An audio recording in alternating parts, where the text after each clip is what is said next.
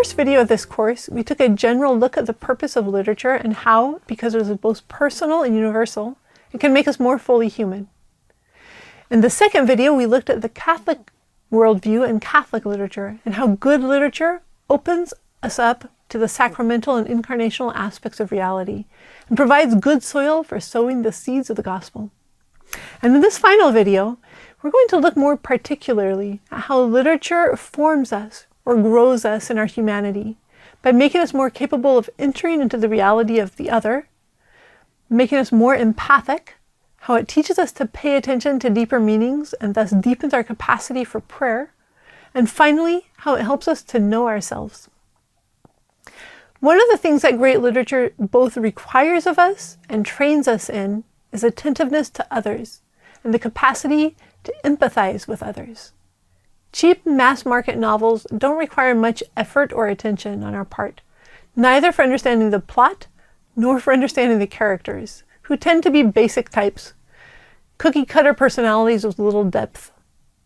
But good literature, on the other hand, through the details of the story, brings us into other people's lives, into other people's minds and hearts. I remember when I read Dostoevsky's Crime and Punishment for the first time, entering into the mind of Raskolnikov, who plots and justifies his plot to kill a pawnbroker, then is racked with guilt after his crime. Well, let's just say I had never been inside of or understood at all a criminal mind before reading that book. But I empathized with him, understood him.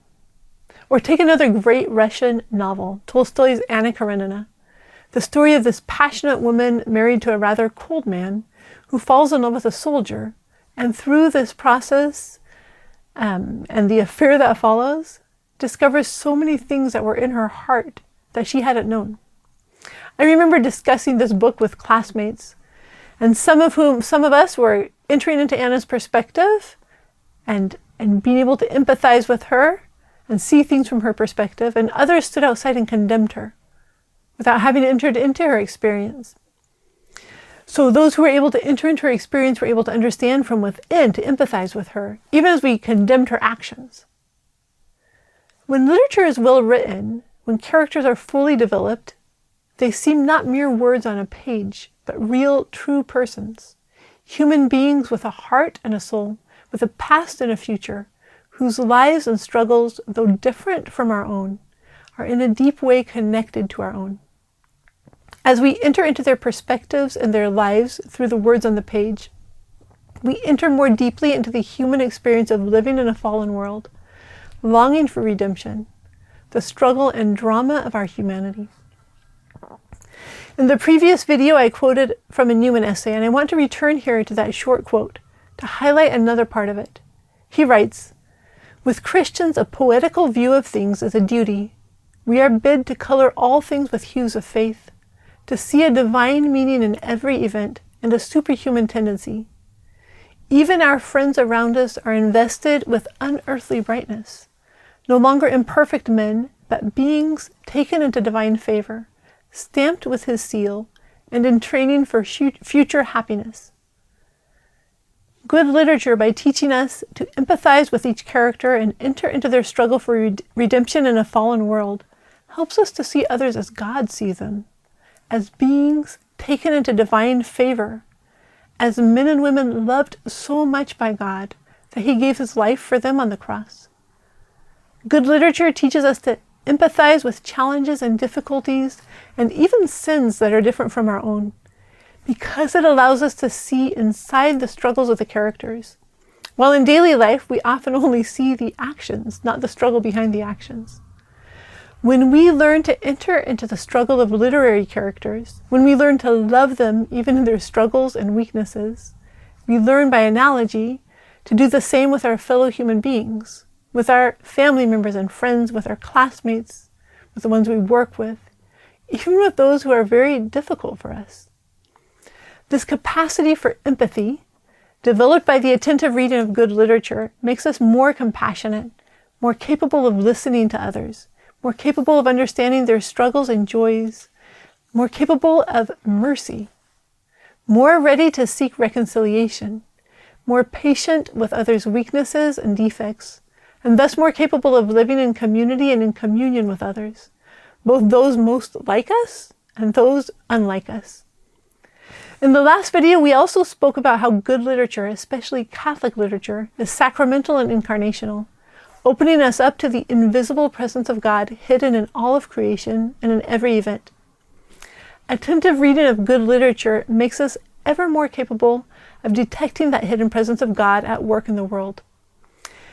In an essay on literature in the Word on Fire journal, author Katie Carl writes, "Patient readers of fiction also tend to develop our skill as readers and interpreters of both personal and cultural histories.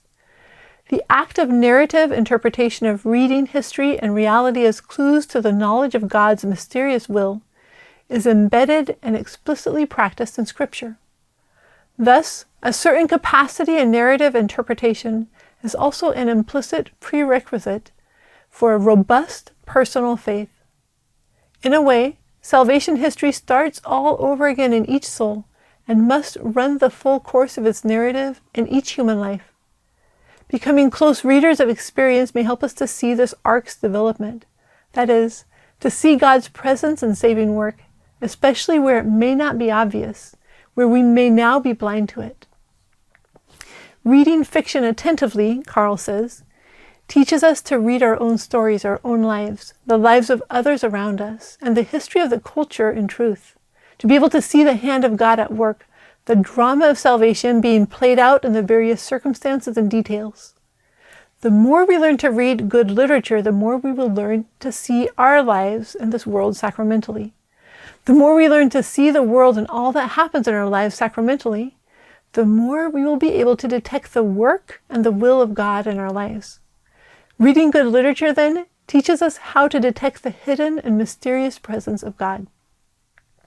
And that attentiveness to God's presence opens us to a deeper attentiveness and awareness of His presence in our daily lives and in our moments of prayer. To pray well, we have to be attentive. To enter into God's presence, we have to have a habit of entering into silence, entering into the world of someone other than ourselves, entering into communion with another's heart and mind. And literature teaches us how to do these things. We begin to detect His presence more easily when we review our days or our lives, to see how His hand was at work. And we begin to detect His presence more easily when we come to pray, to know that there is another there with me, even if I cannot see Him. Our friend Flannery O'Connor puts it this way: "The result of the proper study of a novel should be contemplation of the mystery embodied in it. But this is a contemplation of the mystery in the whole work, and not some proposition or paraphrase. It is not the tracking down of an expressible moral or a statement about life." So reading good literature helps us to contemplate the mystery embodied in that work, in that literature, the mystery of God's love, the mystery of the struggle for redemption, which is what joyous Catholic literature is about.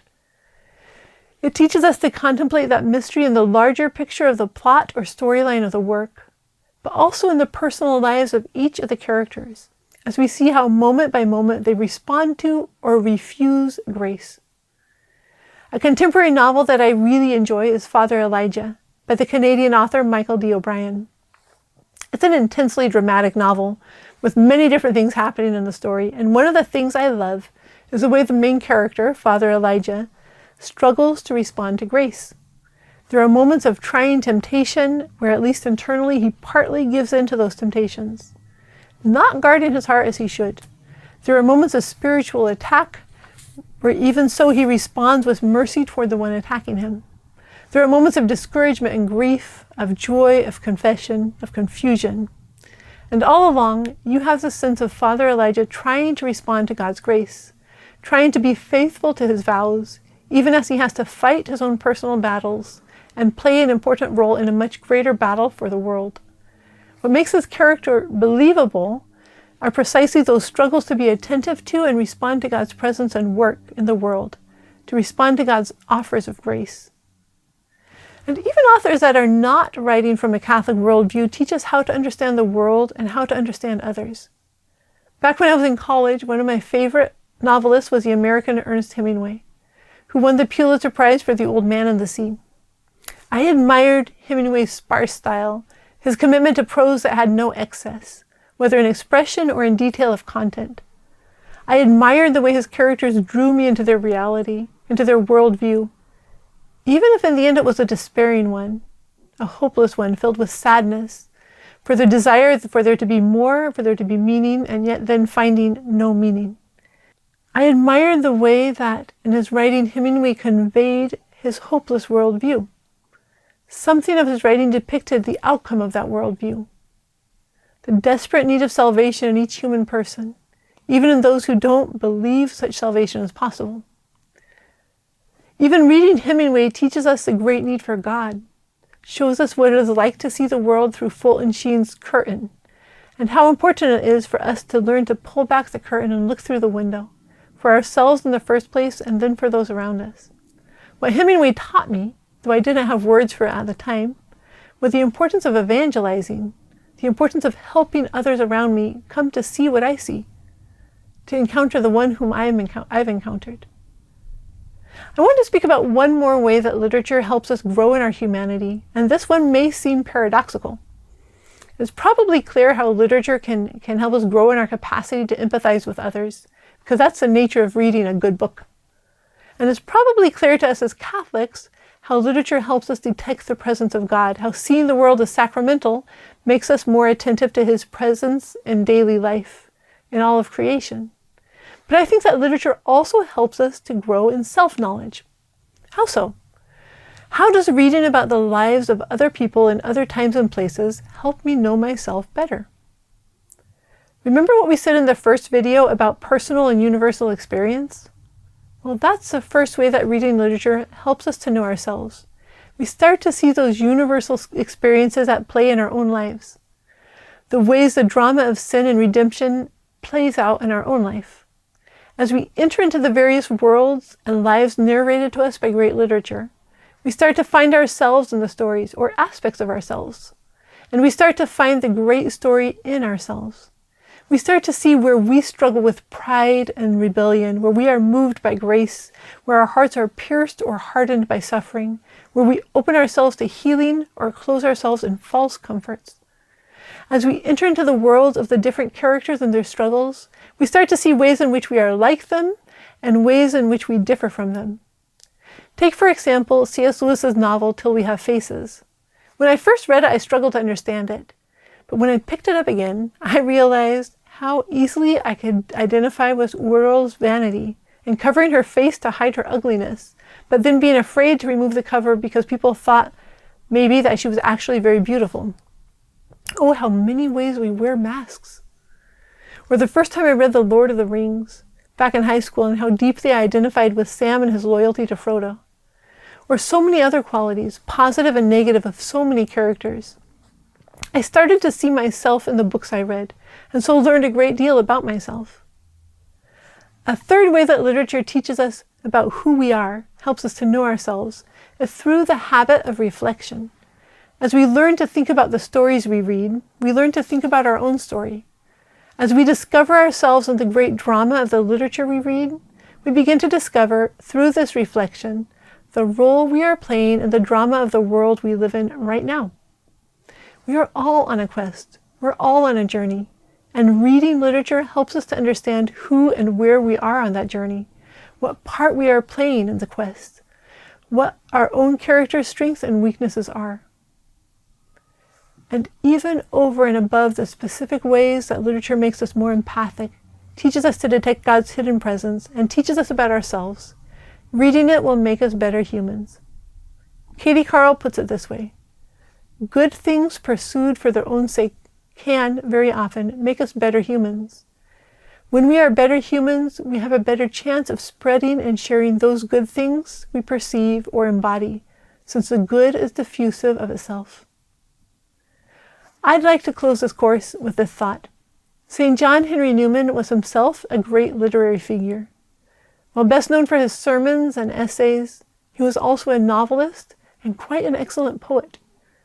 We can take him as a sure guide for how to write and read in a way that will grow our humanity and our faith. Some questions for sharing. In what ways has reading literature helped you to be more empathetic with others? Share about empathizing with a literary character and how empathizing with that character helped you empathize with someone else in real life. Number 2, how has reading helped you discover the presence of God in your own life? In what ways has this deepened your relationship with Him? And number 3, in what ways has reading helped you come to know yourself better? Share about a particular work of literature and what you learned about yourself through reading it.